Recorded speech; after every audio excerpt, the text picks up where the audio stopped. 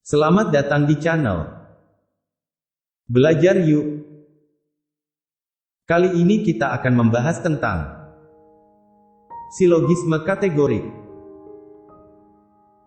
Sebelum melanjutkan video ini, yuk subscribe channel Belajar Yuk untuk membantu channel ini semakin berkembang. Terima kasih. Silogisme kategorik.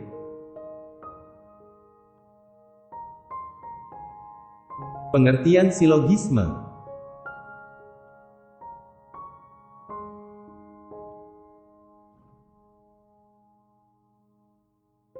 Silogisme adalah suatu proses penarikan kesimpulan secara deduktif. Silogisme disusun dari dua proposisi, pernyataan, dan sebuah konklusi, kesimpulan, titik. Sebagian para ahli logika menyebut silogisme sebagai penyimpulan tidak langsung atau immediate inference, karena dalam silogisme menyimpulkan pengetahuan baru yang kebenarannya diambil secara sintesis. Silogisme kategorik. Silogisme kategorik adalah silogisme yang semua proposisinya merupakan proposisi kategorik. Proposisi yang mendukung silogisme disebut dengan premis yang kemudian dapat dibedakan menjadi dua, yaitu premis mayor, premis yang temnya menjadi predikat, dan premis minor, premis yang temnya menjadi subjek. Titik yang menghubungkan di antara kedua premis tersebut adalah tem penengah, middle term. Contoh, semua tumbuhan membutuhkan air. Premis mayor, akasia adalah tumbuhan. Premis minor, akasia membutuhkan air. Konklusi.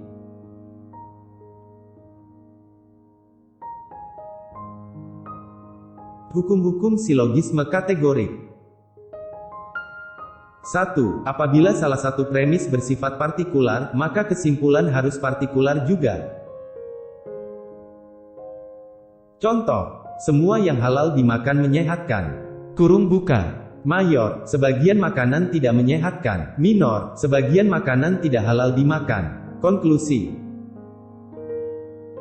2. Apabila salah satu premis bersifat negatif, maka kesimpulannya harus negatif juga.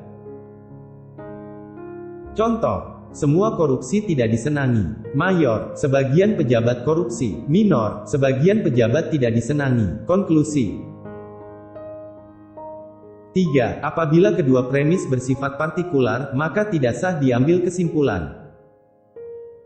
Contoh, beberapa politikus tidak jujur. Premis 1, Samson adalah politikus. Premis 2. Kedua premis tersebut tidak bisa disimpulkan. Jika dibuat kesimpulan, maka kesimpulannya hanya bersifat kemungkinan atau bukan kepastian.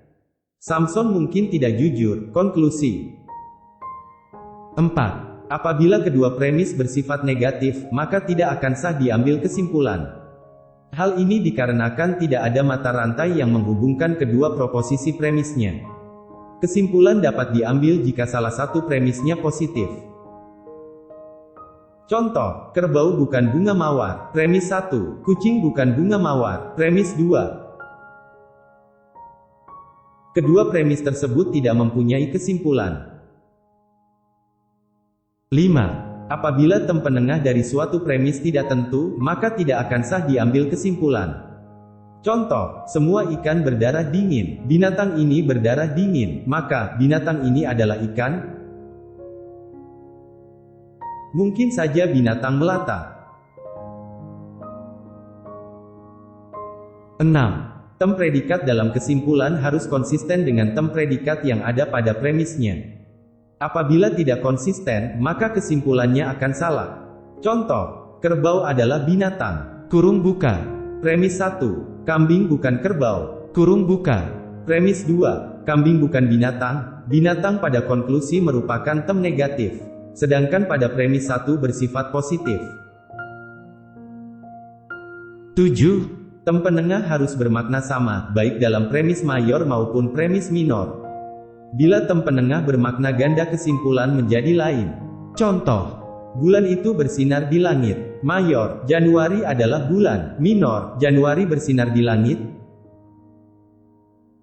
8. Silogisme harus terdiri 3 tem, yaitu tem subjek, predikat, dan tem. Jika lebih, tidak bisa diturunkan konkelsinya. Contoh, kucing adalah binatang. Kurung buka. Premis 1. Domba adalah binatang. Kurung buka. Premis 2. Beringin adalah tumbuhan. Kurung buka. Premis 3. Sawo adalah tumbuhan. Premis 4. Dari premis tersebut tidak dapat diturunkan kesimpulannya.